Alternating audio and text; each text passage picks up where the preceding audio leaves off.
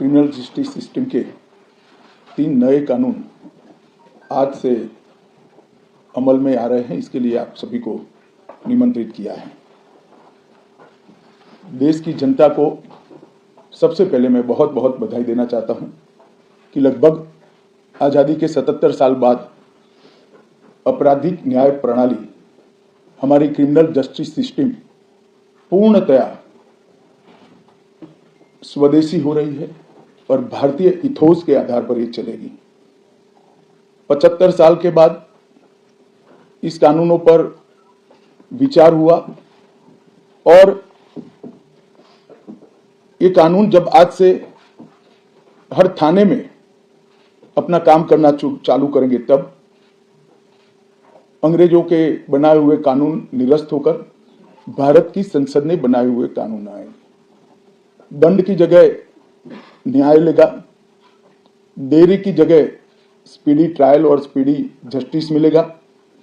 और पहले सिर्फ पुलिस के अधिकारों की रक्षा की गई थी, अब पीड़ितों के अधिकारों की रक्षा और जो कंप्लेनेंट है इसके भी अधिकारों की रक्षा करने का काम होगा। तो एक नए नजरिए के साथ ये तीनों कानून आज सुबह से ही, मतलब कल मध्य रात्रि से काम करना शुरू किए हैं। अब इंडियन पिनल कोड, जिसको आईपीसी कहते थे, 1860 से जो कानून था, इसकी जगह बीएनएस भारतीय न्याय संहिता आएगी। क्रिमिनल प्रोसीजर कोड, जिसको सीआरपीसी कहते थे, जो 1898 से अमल में था, इसकी जगह भारतीय नागरिक सुरक्षा संहिता बीएनएसएस आएंगे। और इंडियन एविडेंस एक्ट 1872 से जो इस देश की क्रिमिनल जस्टिस सिस्टम को गवर्न करता था, इसकी जगह भारतीय साक्ष्य अधिनियम बीएसए लागू होगा। तो बीएनएस, बीएनएसएस और बीएसए के लागू होने से पूरी न्याय प्रणाली का आपराधिक कानूनों की पूर्णतया इसके अंदर हम कह सकते अब भारतीय आत्मा है। इसके ढेर सारे प्रावधान ऐसे किए गए हैं जिससे कई समूहों को फायदा होगा। कई सारी दफाएं जो अंग्रेजों के समय से विवाद में रही, इसको हटाकर आज के समय के अनुकूल धाराएं जोड़ी गई है। और कई सारी ऐसी चीजें जिससे भारतीय नागरिकों को परेशानी थी, इसको उठाकर नए प्रावधान किए गए हैं। सबसे पहले हमने इसमें हमारे संविधान के स्पिरिट के तहत दफाओं की और चैप्टर्स की प्रायोरिटी तय की है।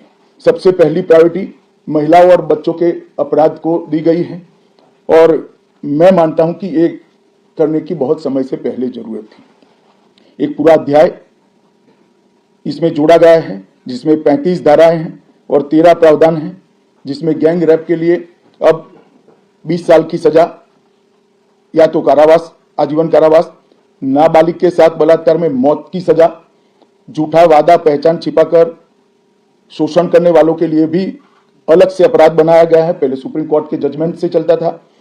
पीड़िता का बयान उसके घर पर महिला अधिकारियों की उपस्थिति में और अपने परिजनों की उपस्थिति में लेने का भी प्रावधान किया है।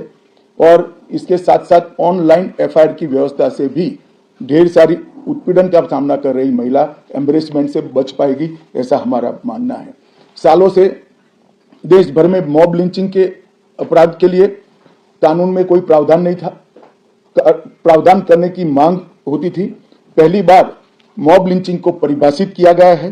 नस्ल, जाति, समुदाय, लिंग, जन्म स्थान, भाषा और अन्य कारणों से जो मॉब लिंचिंग होता है, इसमें 7 वर्ष के कारावास से लेकर मृत्यु की सजा और आजीवन कारावास तक इसके अंदर जोड़ा गया है। तो एक बहुत बड़े समय से जो मांग थी वो पूरी होने जा रही है। रात 2 एक ऐसा कानून था जो अंग्रेजों ने अपने शासन की रक्षा के लिए बनाया, चाहे महात्मा गांधी हो, चाहे तिलक महाराज हो, चाहे सरदार पटेल हो, सभी लोग यही कानून के तहत 6-6 साल की सजा काटे थे। इसी कानून के तहत केसरी पर प्रतिबंध लगाया गया था। वो अपने राज्य की सुरक्षा के लिए अंग्रेजों ने बनाया हुआ कानून था। राजद्रोह को हमने जड़ से समाप्त कर दिया है और देश विरोधी हरकतों के लिए नई धारा लेकर आए हैं। पहले सरकार के खिलाफ स्टेटमेंट देना गुनाह था, अब भारत की एकता और अखंडता को क्षतिग्रस्त करने के लिए ये कानून अमल में आएगा। तो आज़ादी के इतने सालों के बाद ये कानून में बदलाव हुआ है, जो एक बहुत बड़ा परिचायक है हमारे संविधान के स्पिरिट का। मैं आप सभी के सामने बड़े विश्वास के साथ कहता हूं कि ये तीनों कानूनों के पूर्ण स्पिरिट के साथ देश भर में लागू होने के बाद ये कानून सबसे आधुनिक न्याय प्रणाली का सर्जन करेंगे। टेक्नोलॉजी को हमने न केवल अपनाया है, आने वाले 50 सालों तक टेक्नोलॉजी में जो भी अनुसंधान होने की संभावनाएं हैं, इस सबको कानून के अंदर हमने व्याख्या के तौर पर समाहित किया है, जैसे आने वाले समय में भी जो अनुसंधान होंगे वो व्याख्यायित किए गए। ये विश्व की सबसे आधुनिक न्याय प्रणाली बनेगी, इसका मुझे विश्वास है। कंप्यूटराइजेशन की प्रक्रिया ऑलरेडी पूरी हो गई है। 99.9% थाने कंप्यूटराइज हो चुके हैं। ई रिकॉर्ड जनरेट करने की प्रक्रिया भी हमने 2019 से ही चालू कर दी थी। 0 एफआईआर, ई एफआईआर, चार्जशीट और जवाब, ये सभी डिजिटल होगा। किसी को बड़े बड़े जेरोक्स निकाल कर करने की जरूरत नहीं है। 1 लाख पेज की चार्जशीट भी एक छोटे से पेन ड्राइव से जजेस के सामने जाएगी और पक्षकर्ताओं को दिए जाएगी। 90 दिन के अंदर इस कानून में पीड़ित को, जिन्होंने न्याय की गुहार की है, उनको अपने केस का प्रोग्रेस ऑटोमेटिकली ऑनलाइन भेजा जाएगा। हमने इसके अंदर 7 साल और उससे ज्यादा सजा वाले सभी गुना में फॉरेंसिक की टीम की विजिट को कंपलसरी कर फॉरेंसिक एविडेंस को कानूनी जामा पहनाने का काम किया है। मैं मानता हूं कि इससे बहुत फायदा होगा। दोष सिद्धि का प्रमाण हम बहुत आगे तक ले जा पाएंगे। साक्ष्यों की रिकॉर्डिंग और जांच पड़ताल में रिकॉर्डिंग की अनुमति दी है। वीडियोग्राफी को सर्च और सीजर के वक्त पर अनिवार्य किया है, जिससे किसी को फंसाने की कोई साजिश न हो पाए। ई बयान, बलात्कार की पीड़िता का या छेड़खानी की पीड़िता का ई बयान को भी कानूनी माना गया है और कोर्ट में ऑडियो वीडियो के माध्यम से पेशी करने का भी प्रावधान हमने किया है। ई पेशी में गवाह, आरोपी, विशेषज्ञ और पीड़ित सभी को कानूनी जामा पहनाने का काम किया है।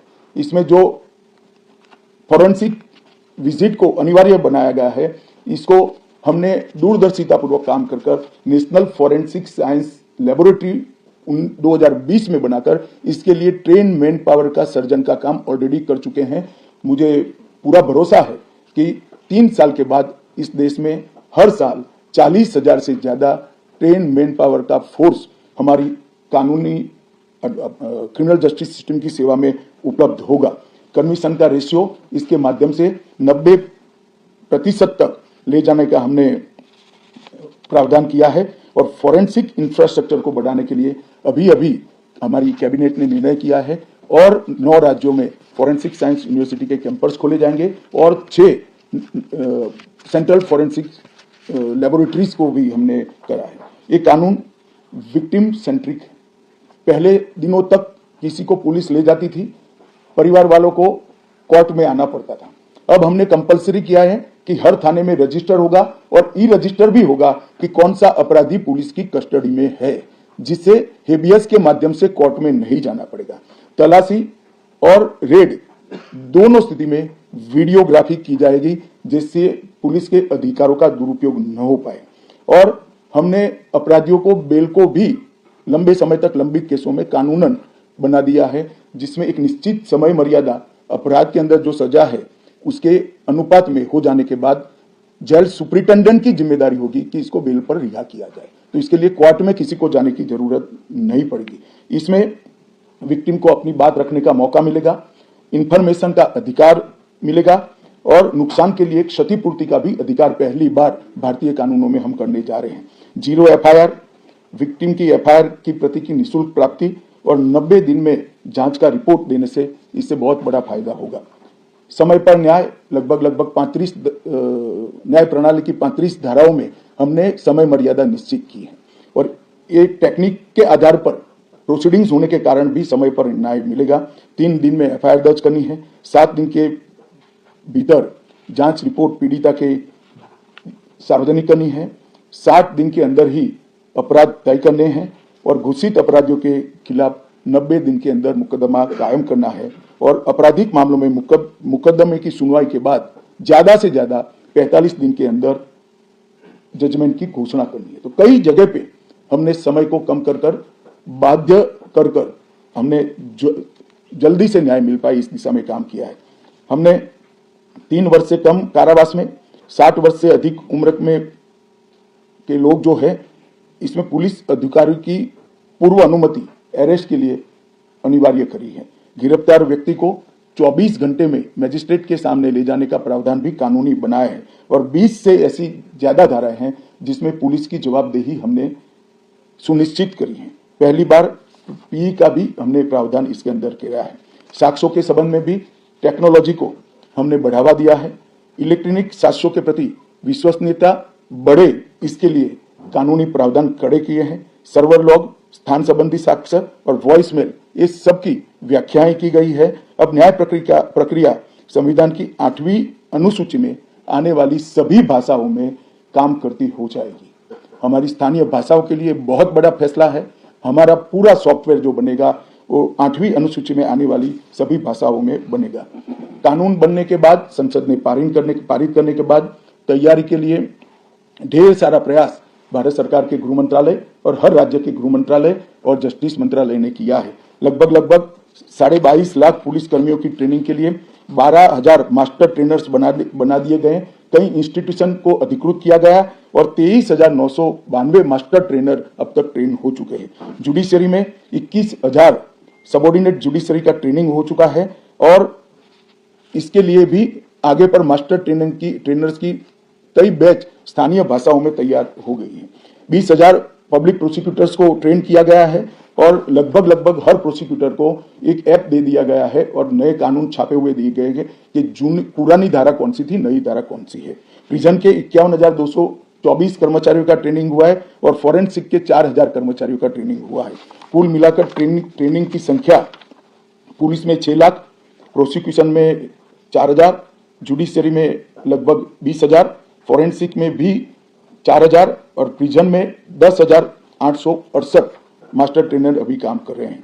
मित्रों, ये संहिता के लिए कुछ विपक्ष के मित्र अलग अलग बातें मीडिया के सामने रख रहे हैं कि अभी ट्रेनिंग नहीं हुई है, चर्चा नहीं हुई है। मैं आप सभी को बताना चाहता हूं कि लोकसभा में कुल मिलाकर 9 घंटा और 29 मिनट चर्चा हुई है। 34 सदस्यों ने इसके अंदर पार्टिसिपेट किया है। राज्यसभा में 6 घंटा और 70 मिनट चर्चा हुई, 40 सदस्यों ने पार्टिसिपेट किया है। एक ये भी झूठ चलाया जा रहा है कि सबको बाल निकालने के बाद ये बिल लाया गया। बिल बिजनेस एडवाइजरी कमेटी में पहले से निश्चित था। मेरा ये स्पष्ट मानना है कि 14 तारीख से ही विपक्ष ने सदन का बहिष्कार करने जैसी हरकतें करी थी और शायद वो हिस्सा लेना नहीं चाहते थे। और दोनों सदनों में 14 तारीख में लोकसभा में 96 और राज्यसभा में 46 सदस्यों ने ऐसी हरकतें की जिससे पीठासीन अधिकारी उनको बाहर करने के लिए मजबूर हो जाए। फिर भी एक ऑप्शन था। ये बहुत बड़ा दूरगामी परिणाम लाने वाला कानून था। वो एक कानून के लिए स्पेशल अंदर आकर चर्चा में अपना मत रख सकते थे। इसके पहले भी मैंने 2020 में सभी सांसदों को पत्र लिखकर उनके सुझाव मांगे थे। सभी मुख्यमंत्रियों को पत्र लिखकर उनके सुझाव मांगे थे। सभी सुप्रीम कोर्ट के सम्मानीय न्यायाधीशों को पत्र लिखकर उनके सुझाव मांगे थे। सभी हाईकोर्ट के चीफ जस्टिस को पत्र लिखकर सुझाव मांगे थे। गृह सचिव जी ने सभी आईपीएस अफसरों से सुझाव मांगे थे, सभी कलेक्टर से सुझाव मांगे थे और ये सब सुझाव मिलाकर मैंने खुद अधिकारियों की बैठक को अलग करे तो मैंने खुद 158 बार इसकी मीमांसा कर बैठक कर विचार कर एक बिल बनाया। ये बिल को भी संसद ने ऐसे ही पारित नहीं किया है। गृह विभाग की समिति के पास ये बिल को भेजा गया। 2.5 महीना या तो 3 महीना इस पर विशद चर्चा हुई।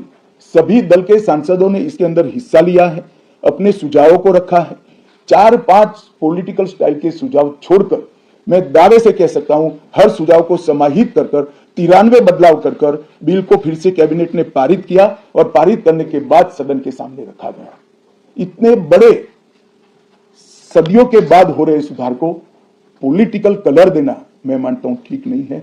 मेरे तो सभी विपक्ष के साथियों से विनती है, पॉलिटिक्स करने के ढेर सारे मुद्दे हैं, आराम से करिए पॉलिटिक्स, कोई चिंता नहीं, हम भी जवाब देंगे। मगर ये कानून देश के 140 करोड़ नागरिकों को संविधान का जो स्पिरिट है न्याय और आत्मसम्मान, वो समय पर दिलाने की एक एक्सरसाइज है। तो आप सभी लोग इसमें कोऑपरेट करिए और मैं मानता हूं कि जिसको भी कुछ कहना है, मेरा दफ्तर हमेशा खुला है, मैं अवेलेबल हूं। मिलने से पहले रोड पर जाना मैं मानता हूं ठीक नहीं है।